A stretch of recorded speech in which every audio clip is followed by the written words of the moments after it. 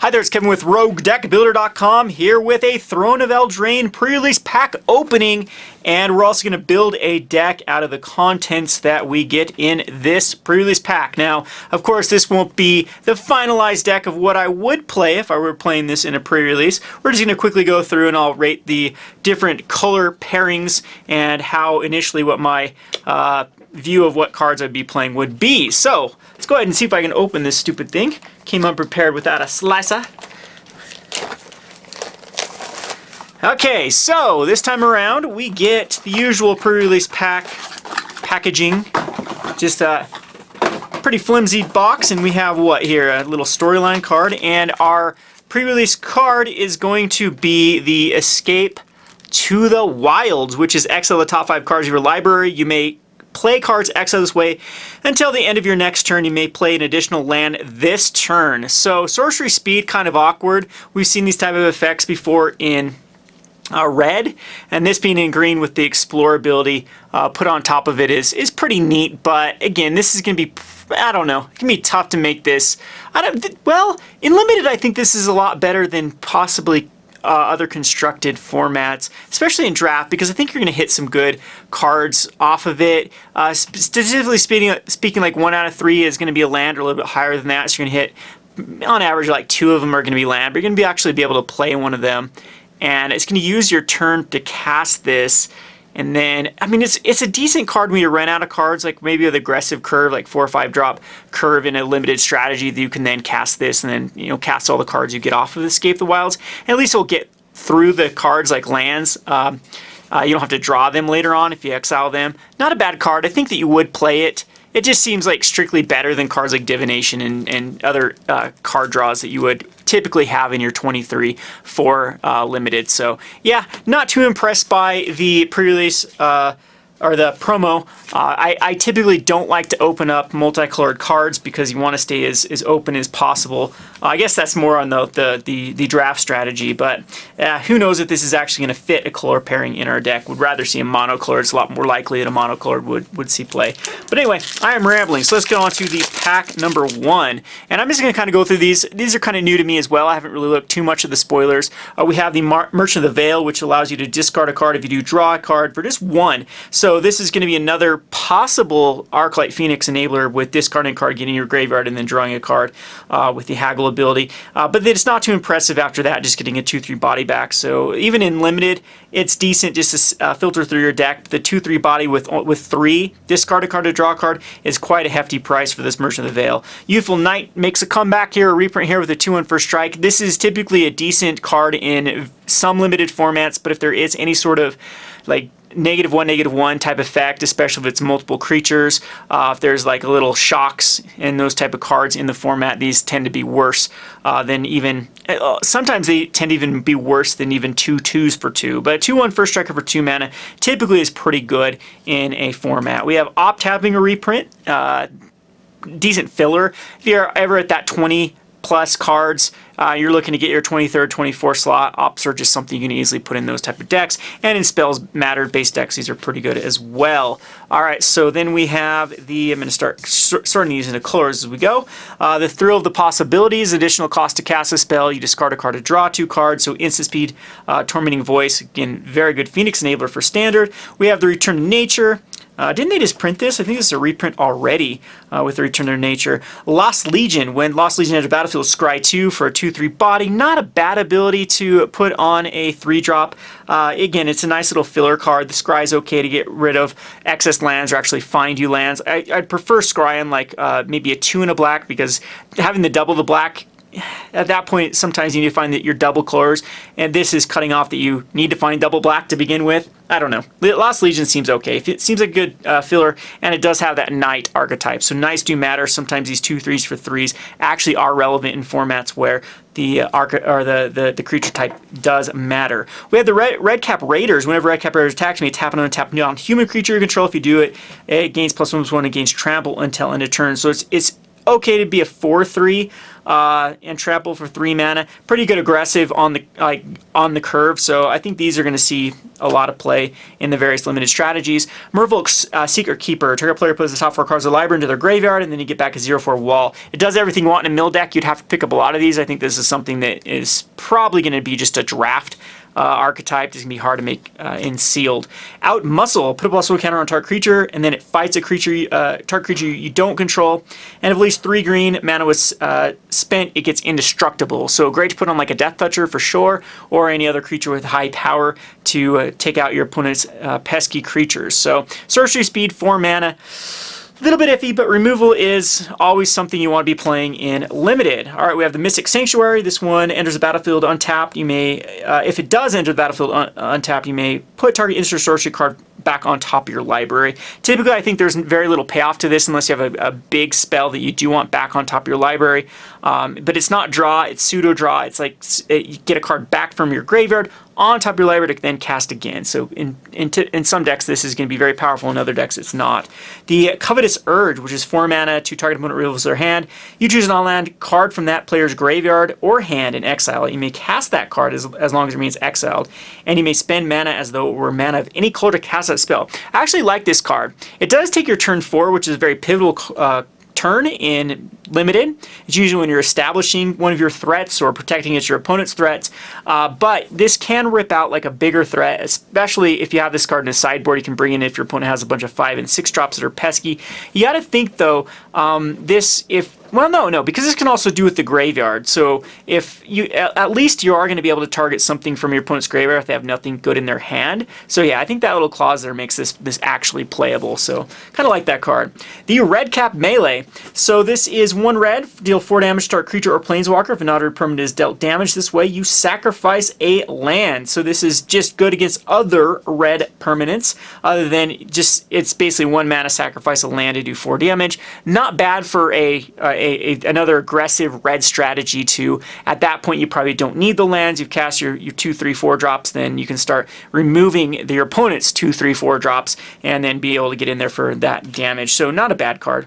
We have the Kenneth's Transformation. Enters the battlefield, you draw a card. Enchanted creature loses all abilities and is a green elk creature with base power and toughness of a 3/3. Going to be fun to play in the Starfield Mystic deck that I have been brewing around to try to get the Rampage of the Clans out. It's another cantrip card. We have the Dance of the Manse. Dance of the Manse is our Mancy. A blue, a white, an X. Return to the X target artifacts and or non-aura enchantment cards with converted mana cost X or less from your graveyard to the battlefield. If X is 6 or more, those permanents are 4/4 creatures in addition to their type. So this is the card that I'm most excited to brew around with that Starfield Mystic deck, because then it won't allow you to go the aura route, but you can still go enchantment routes with this Dance of Manse, especially with artifacts and the I guess it wouldn't be Starfield, it should be Rampage of the Clans. So then you can Rampage all of your artifacts, they all die, and then you get them back your next turn and then make them 4/4. So it's even more oomph. Yeah, it's pretty good. It's a pretty good card for that little brew. It might actually make it viable because Rampage of the Clans is instant speed, and then you untap on your turn. And so even if you have like, 2 artifacts?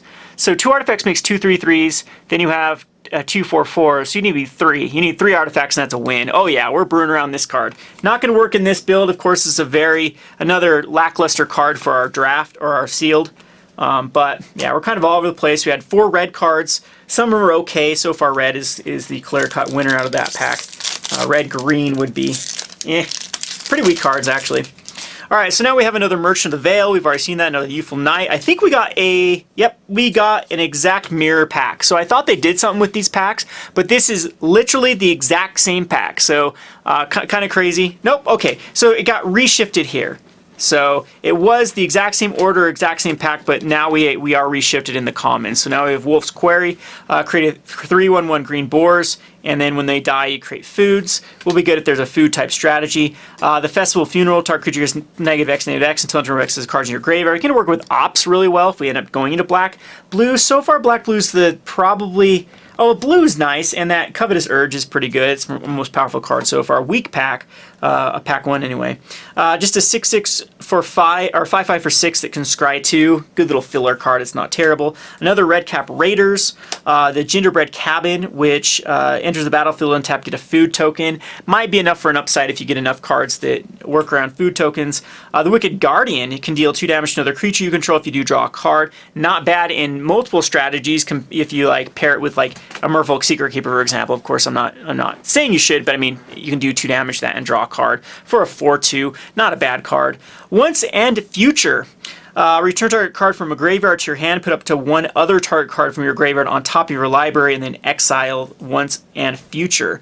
If at least 3 mana was spent, instead return those cards to your hand. So you basically get 2 cards back from your graveyard for if you spend a lot of green on it. So it's actually pretty good of a card to get back your key cards. And limited, or sealed especially, this becomes a lot better of a card.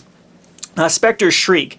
Target opponent reveals their hand. You may choose an online card from it. If you do, that player exiles that card. If a non-black card is exiled, exile a card from your hand. So not a bad card too if you're out of cards versus non-black opponents, and you can just rip out a card out of their hand.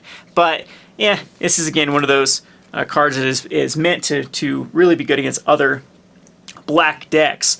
The Beanstalk Giant. So you search your library for a basic land and put on the battlefield for 3 on the adventure side, and then you have a giant that is a 7 mana for power and toughness equal to number of lands you control. Does not have trample. I think this card's pretty weak unless you're looking to fix, and then it's not bad.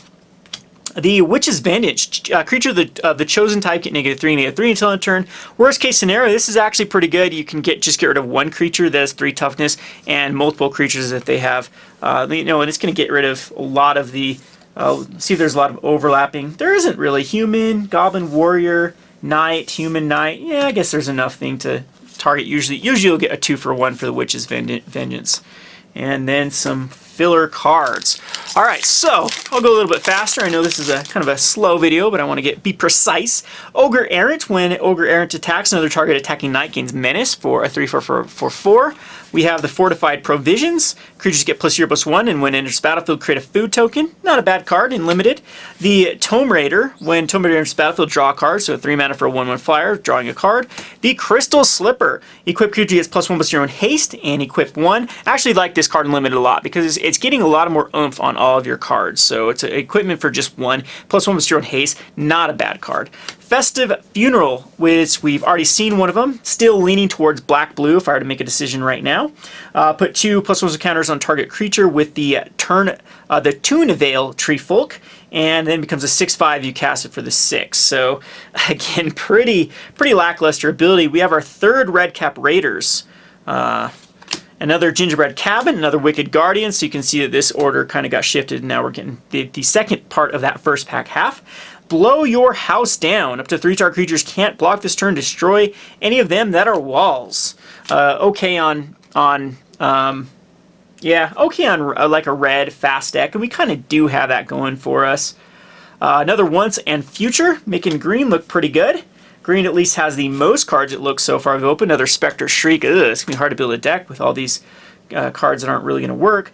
The Witch's Oven works with food tokens, so you can sacrifice a creature to create a food token. If the sacrificed creature's toughness was 4 or greater, create 2 food tokens. So now we just need a food enabler, and there we have it. We have the Gilded Goose, which uses food tokens to add mana of any color to your mana pool, and also can create food tokens. So we got a good food token generation. Hopefully we can figure a way. I'd like to see like that in black, because I think like going into Sultai, which it looks like we might, I mean, white's probably out of the question at this point. There's our 3 whopping white cards from these pulls so far. So it looks like white. Blue also doesn't really have much. We have plenty of cards in red and green. But, I mean, our black definitely has the removal we're looking for.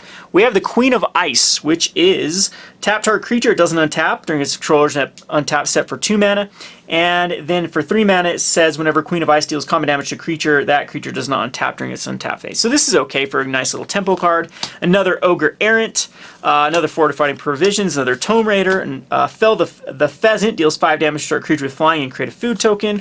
The Memory Theft, you choose an online card from your opponent, that player discards it. You may put a card that has adventure that player owns from exile into that player's graveyard, so you can kind of get rid of something they're trying to adventure. I think that's more of a sideboard card than in the main. The Jousting Dummy, which is a 2-1 for 2, which can have a pseudo fire breathing for 3 mana. Good filler card. The Ardenvale Tactician, a 2/3 flying for 3, and the adventure side has tap 2 target creatures.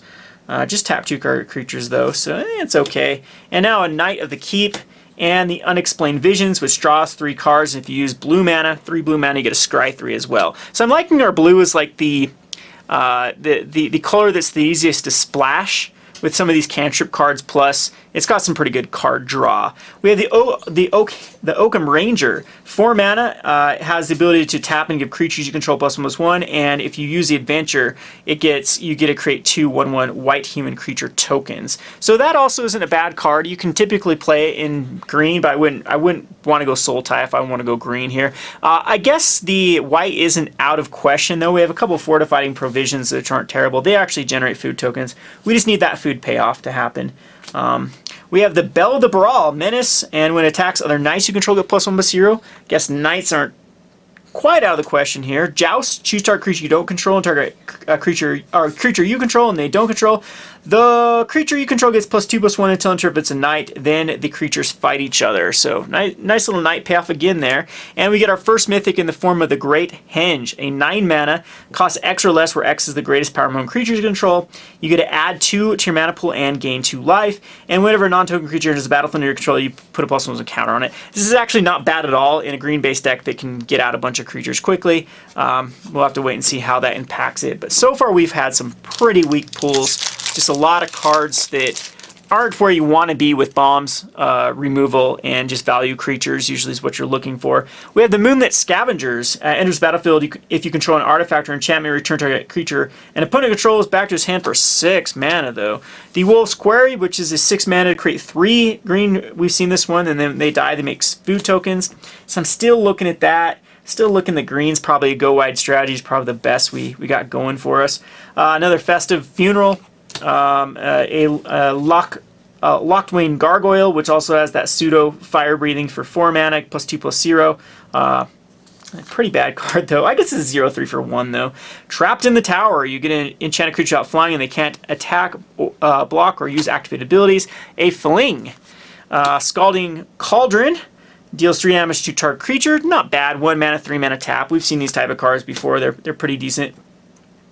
Another Barrow Witches enters the battlefield, return target knight card from a graveyard to your hand. Another knight payoff if we do end up going this red-black knights. The Corridor Monitor enters the battlefield, untap target artifact or creature control for a 1/4. Another Oakum Ranger makes me really want to go in this kind of mono green, go wide, maybe splash the white at this point. White does seem to have enough. It also does look like black is pretty good. So still I'd be looking at like black-red knights or green-black, just green-black, I would say. Maybe possibly we could go into green-white, but I doubt it. And this Bog Nati is also a pretty good card for sacrificing foods to give creatures -3 and -3. Now food looks really good. We have some food enablers from green especially. Got a few from white, but really nothing too special. But the food really from green, and we have our payoff. So that's exactly where it wanted to go. Into the Story costs 3 less to cast if we put 7 more cards in their graveyard. And you get to draw 4 cards. Another draw spell out of blue. I don't see it happening though. Blue is just very lackluster, has a lot of draw, but doesn't really have any reason to be going into blue besides the card draw. So blue-black still an option, but I think that all of our enablers are going to be, and all of our really good oomph is going to be in green. The Folio of Fancies, players have no maximum hand size. Each player draws his cards, and each opponent puts a number of cards equal to the number of cards in their hand from the top of their graveyard. From the top of their library into their graveyard. So, I mean, this is okay for a finisher if you control the board a lot, but I don't know, I can't see us playing it without a lot of removal and a lot of stall. We have that 1/3, we've got a 0/4, but unfortunately I don't think that's the right route to go, to force your opponents to draw a bunch of cards and then untap and then make them mill it. So it's still an option to kind of have this draw black control option, but I still think green-black is going to be our colors with 1 pack remaining. We get to sacrifice an artifact or another creature to put a +1/+1 on Malvet Noble. It's actually a pretty decent finisher as our foil, and it is not a knight, just a noble. And our last pack is going to be Another Fortifying Provisions, a lot of duplicates in here. Another Moonlight Scavengers. We have the Garenbrig Carver, which adventures target creature gets +2/+2, and it's just a 3/2. Not bad, it's a good filler. We have the Giant Skewer. Equipped creature gets +2/+1. Whenever equipped creature deals combat damage to a creature, create a food token. Again, goes kind of in line with our food token. Another way to get back knights from our graveyard. A weapon rack is able to put +1 counters on things. The Beloved Princess is a lifelink and can't be blocked with creatures with power 3 or greater. The Vantress Paladin is a 2/2, but if you spent the blue, it becomes a 3/3. That's it? That's it? I mean, a 3/3 for 3 is kind of bad. Is that really all it has? I mean, some of these cards seem pretty weak. I'm going to toss that one like I don't respect it. Hengewalker, 2/2, same thing. It only gets 1 +1 counter, so it's a 3/3 if you spent 3 mana of the same color. That's still not bad, though. It probably ends up making the cut, whatever I do. The Epic Downfall helps us exile creatures converted back cost 3 or greater. The Mysterious, and which is a lot better in Sealed, because you're going to be wanting those creatures, not going to be wanting the lower creatures. The Mysterious Pathlighter. Each creature control that has an adventure enters the battlefield with an additional +1/+1. Really didn't get a lot of those type of cards. Didn't get a lot of artifacts for our Arcanist Owl. The Fervent Champion is our rare, which attacks another target attacking knight you control gets +1/+0, and the equipped abilities cost 3 less to activate if they target the Fervent Champion. We do have a foil in here with the form of the Merfolk Secret Keeper, which is the second one of this, and it actually has... So, are the foils, hey Zach? No, you have the option to get these ones in this form. I'm going to have Zach explain it. So, I wonder if this one might be... So, they have the option to get these as foil of these type, and then the normals of these type? Or I think you can get the alternative art ones. Do we get... There are chances to get... So there's chances of getting those alternate art ones that only... I thought these only came in collector's edition, but they're not. No, they come... No. I'm thinking I thought this... I thought it was the full both of these are the same for this adventure. Yeah. But obviously, these adventures are different. So, kind of cool that we get to see that they have those... Yeah, I think the alternative... You can get the different alternative types. Arts. There's a rare chance. Okay, so they're probably going to be foil, though. Yeah, I think so. And I think there was full art ones and stuff you can get too, but they're really rare. All right, so we'll have to research that. Again, I haven't been too up on this set, but all in all, this ended up being a very, very weak pool. Like, the options I have, the Escape the Wilds is kind of neat to go green-red. Red has some decent payoffs, but it's really lackluster in removal. We got some good removal in black. If I had to build a deck out of this, it'd 100% be black-green, and it's weak. This is very, very weak. I don't know how other decks are like in this particular set, but at least we have like a strategy with this deck, with having some decent finishers, like this food token being able to this Bognati be able to make use of some of our food tokens. We have a bunch of removal with Epic Downfall, with a Festival Funeral. We have the... another Festival Funeral. We also have another one. So we have triples, and we also have the -3/-3 creature, or -3/-3 to a creature type, which is also, there we go. So I think that alone is, you want to go in this sort of, yeah, definitely this sort of this green-black strategy, just because I think these Oakum Rangers are going to be pretty solid with, then, I mean, it's basically leaves back, 3 creatures for 4 mana, 8 mana. I guess it's 8 mana. I don't know. I don't know if green is the right route to go. I actually think now I'm looking at it, because you have the Wolf's Quarry. The Great Henge is okay. Yeah, I mean, the Great Henge, and then having those tokens. Non-token. Why non-token? This is awkward. I think I'd still go that route, because we do have the 2 once and future that get back to removal. But this is an awkward pool. It'd really have to just taking out and seeing which had the better curve. We do have some 3 red caps, I believe. So we have the red cap Raiders ×3, which works with that sort of red-white or red-black Knights strategy we got going. But that's also not that great. This would be a hard pool to really brew a solidified deck with Red is also just lacking on a curve. Yeah, the curve is awful. It's all 3 drops. It's all 3 drops, and I don't think that black really gives any other way to progress the board. So like if you were to play red-black, I just really envision that you'd get clogged up. You'd probably do really well turns 3, 4, 5, and then your opponent's going to end up getting a card out that I think is going to outclass your cards, and you're just kind of stuck there. So I think that's where green has a little bit of an edge, is maybe we can go a little bit higher curve or a little more bomby on some of these cards and have our black just support us via removal. But yeah, incredibly tough pool to build around, and definitely not excited about this pool. Anyway, there is my little overview of the Throne of Eldraine pre-release kit opening. I know this was a long video, but I like to be in depth about things. This has been Kevin with the Rogue Deck Builder. Hope you have fun at your pre-release, and let me know in the comments section how you did. Thanks for watching.